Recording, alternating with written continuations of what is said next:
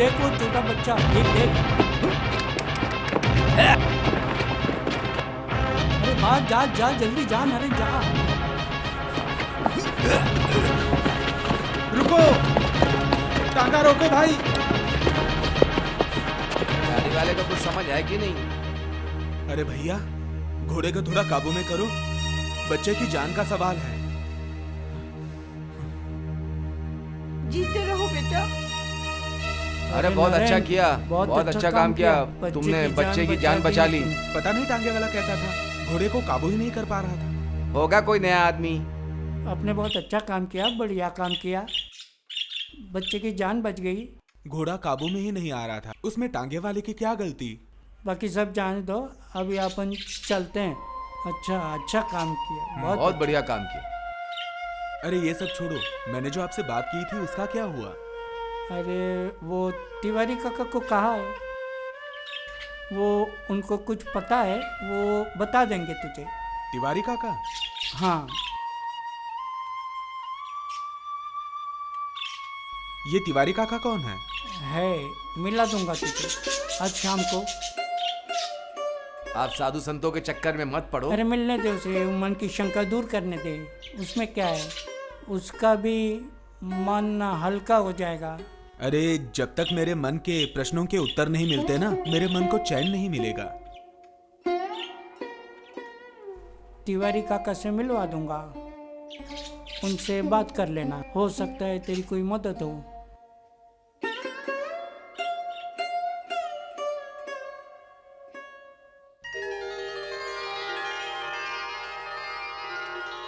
बड़ी जोरों की भूख लग रही है। भूख तो लगेगी बड़ी आज। आज तूने काम जो अच्छा किया है। तुम्हें कैसे पता चला? पड़ोसी आके बता रहे थे कि नहीं आप- माँ, ऐसी कोई बात नहीं है। पड़ोसी बता रहे थे कि आपके बेटे ने आज बहुत अच्छा काम किया, लोगों की जान बचाई। नहीं माँ, वो घोड़ा चलाने वाला जो था वो नया था, उसे घोड़ा काबू करना आता नहीं था। वो घोड़ा दौड़ते जा रहा है और वो लोग काफी डर गए थे, तो मैंने आगे बढ़ के घोड़े को काबू कर लिया। आज मुझे तुम पर बहुत गर्व हो रहा है, तुमने काम जो अच्छा किया है। आज इस खुशी में आपकी पसंदीदा चावल की खीर बनाई है। रुको, लाके देती हूँ।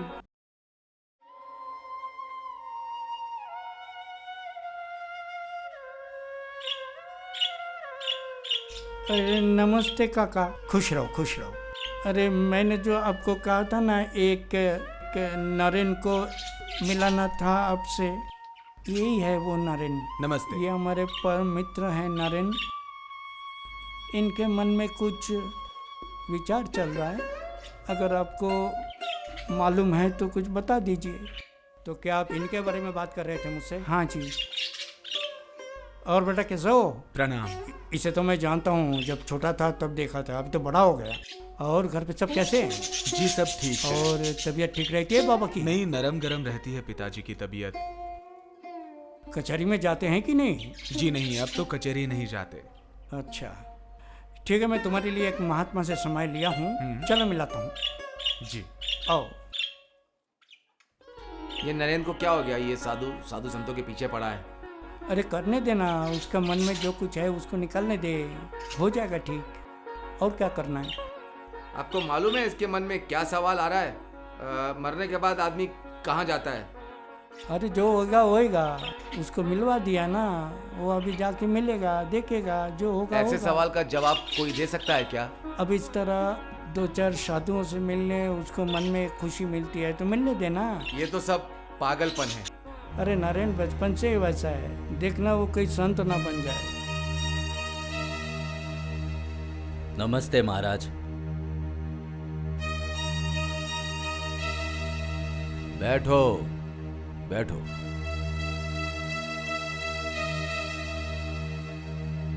सब कुशल मंगल तो है? नहीं महाराज, मुक्ति संग्राम के 2 कार्यकर्ता जो सिपाही की हिरासत में हैं,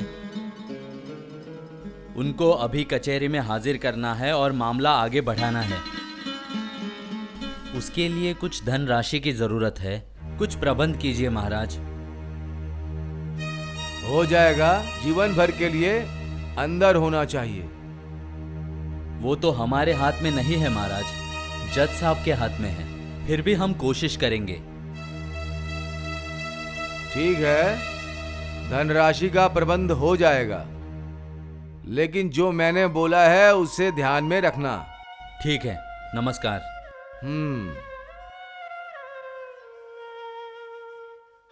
नमस्कार जगदीश जी। पहचाना इस नौजवान को? नहीं, मैंने इसे देखा है कहीं, लेकिन ध्यान में नहीं आ रहा है। जरा गौर से पहचानिए। नहीं, ध्यान में नहीं आ रहा है। नहीं आ रहा है? अरे अपने विश्वनाथ दत्त का सुपुत्र नरेंद्र दत्त। अरे हाँ, नरेंद्र उनके सुपुत्र है। नमस्ते अंकल। आजकल क्या कर रहे हो? मैं अभी कॉलेज में पढ़ रहा हूँ। हाँ, तुम्हारे पिताजी कैसे हैं? पिताजी तो ठीक हैं, लेकिन आजकल वो कचहरी नहीं आ पाते हैं। उनकी तबीयत जरा अस्वस्थ रहती है। ओ हो, ठीक है, मैं आपके पिताजी से मिलने आता हूँ।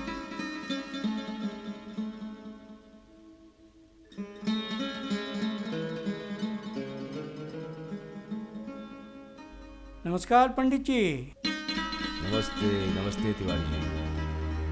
और बताइए, कैसे आना हुआ? हमारी याद कैसे आपको आ गई?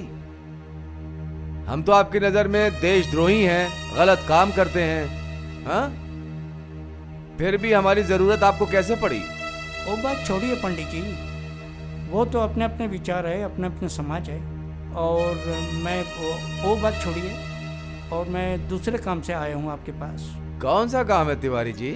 मैं इस नौजवान को लेकर आया हूँ आपके पास। तो आपके साथ में नौजवान कौन है? इसके मन में कुछ विचार चल रहा है, प्रश्न है।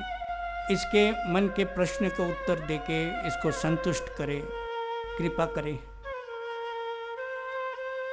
पंडित जी, ये नौजवान अपने वकील बाबू हैं, विश्वनाथ बाबू, उन्हीं के सुपुत्र नरेंद्र दत्त जी हैं। अच्छा, ये बालक क्या करता है तिवारी जी? अभी तो कॉलेज में पढ़ रहा है, पढ़ाई करता है, लेकिन उसके साथ साथ उसके मन में कुछ और विचार चल रहा है जो उसके जिज्ञासा है, उसको कृपा करके शांत करे। क्या चाहता है, क्या पूछना चाहता है ये नौजवान? बोलो बेटा, क्या पूछना चाहते हो?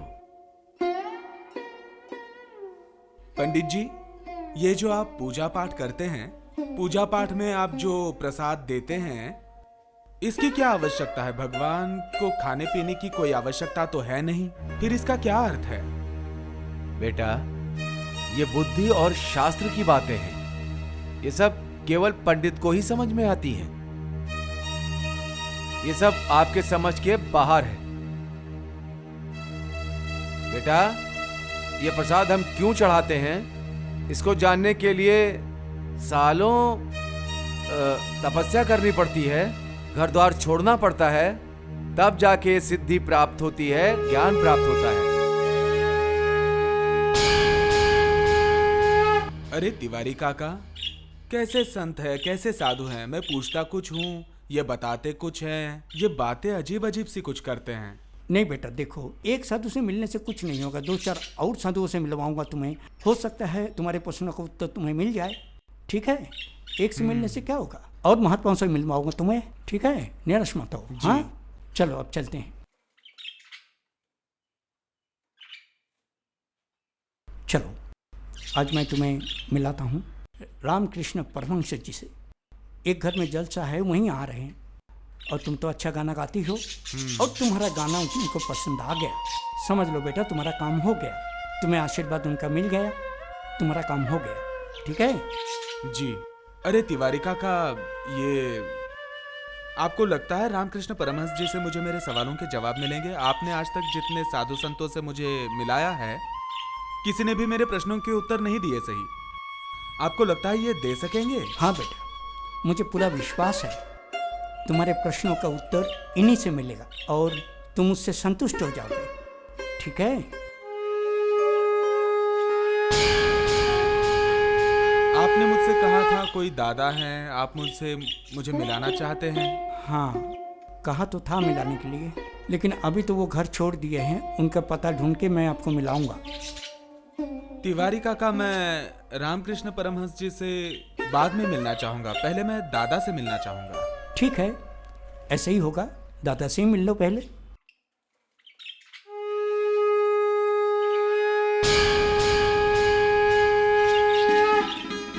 लेकिन पहले तुम्हें परमहंस जी से मिलने से क्या होता है, पहले उनसे मिल लो ना। तिवारी काका, ये मैं आपको बाद में बताऊंगा। अच्छा, ठीक है। पहले मुझे दादा से ही मिलना है। ठीक है, चलो मैं दादा से ही मिलवा दूंगा।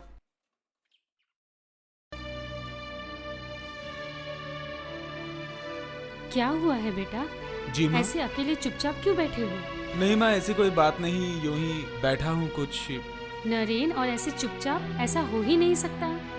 असल में बात यह है माँ कि कई दिनों से मेरे मन में कई प्रश्न पैदा हो रहे हैं। मुझे उन प्रश्नों के उत्तर नहीं मिल पा रहे हैं, बस इसी को लेकर चिंतित हूँ। तिवारी काका ने भी मुझे कई सारे पंडित जी से, कई सारे साधु महाराज जी से मुलाकात करवाई है, लेकिन उन लोगों ने भी मेरे प्रश्नों के जो उत्तर दिए हैं ना, उससे मैं संतुष्ट नहीं हूँ। वो मुझे नहीं मिल पा रहा है, बस यही सब को लेकर चिंतित हूँ। देखो बेटा, तुम्हारी माँ तो अनपढ़ है, पढ़ी लिखी तो है नहीं, घर के बाहर कभी गई नहीं है, लेकिन मैं कुछ बताऊँ तो सुनोगे? हाँ माँ, बोलिए ना, जरूर सुनूंगा। तू एक बार ना रामकृष्ण जी से मिल ले। माँ, ये रामकृष्ण जी कौन है? देखो बेटा, उनका इतिहास तो मुझे पता नहीं है, लेकिन वो एक गरीब ब्राह्मण सिद्ध पुरुष हैं। कामार पुकुर में उनका जन्म हुआ और अब वर्तमान में वह दक्षिणेश्वर काली मंदिर के पुजारी हैं और लोग उनको परमहंस कहते हैं। यहाँ से थोड़ी ही दूर है दक्षिणेश्वर मंदिर, तू वहाँ चला जा और उनसे मिल ले। देख, शायद तेरे प्रश्नों का उत्तर मिल जाए।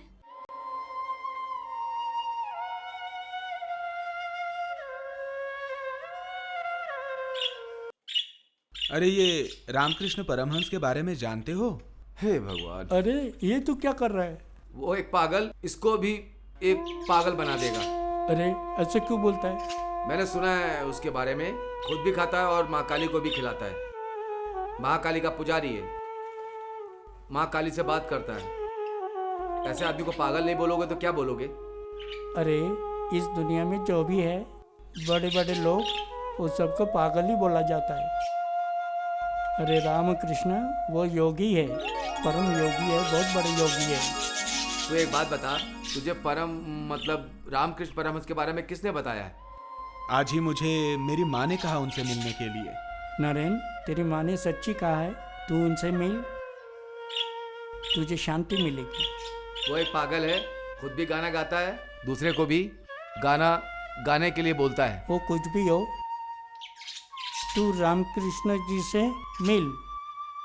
अरे वो हर किसी से नहीं मिलते, लेकिन तू अच्छा गाना गाता है ना, वो तुझसे मिलेंगे ज़रूर।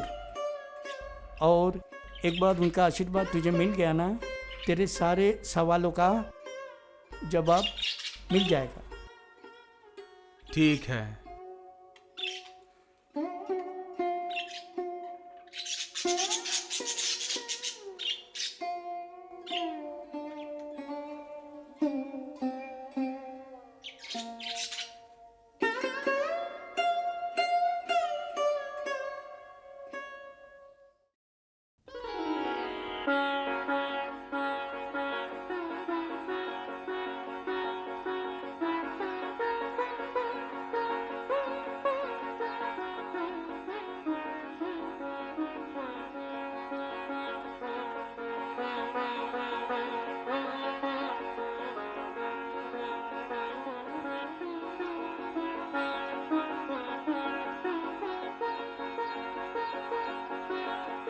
ये लो बेटा प्रसाद।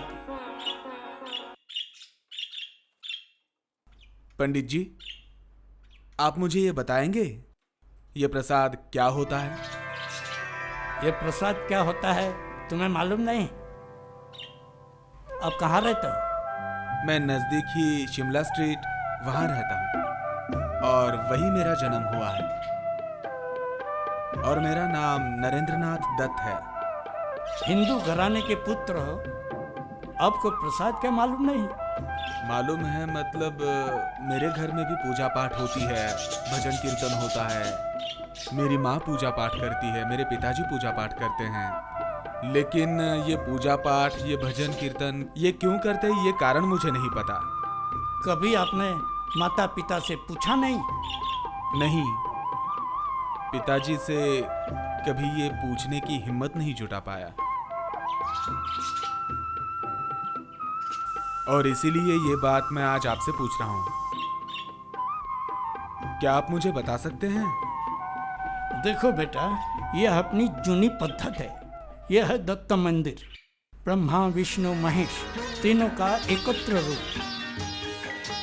इसके प्रसाद हम सिर्फ यहाँ के भक्तों को देते हैं, उसे भक्तों का कल्याण होता है,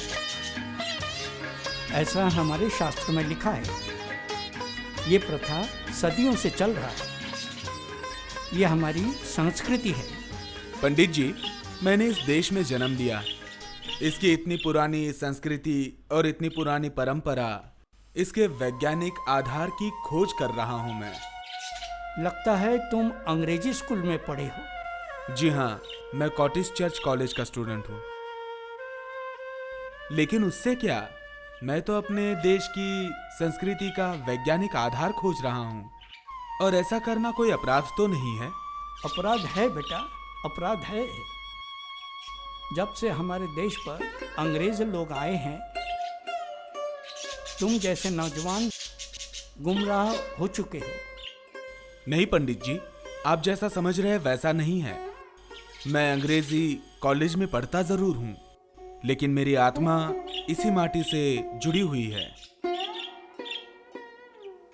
मैं आपको एक और बात बताना चाहता हूँ। जिस भारतीय संस्कृति की आप बात कर रहे हैं ना, मैं उसका पीठ स्थान बंगाल को समझता हूँ, और मुझे गर्व है कि मेरा जन्म उसी बंगाल में हुआ है।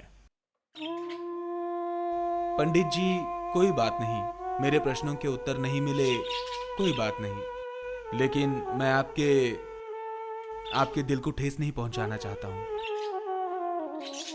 मुझे प्रसाद दे दीजिए।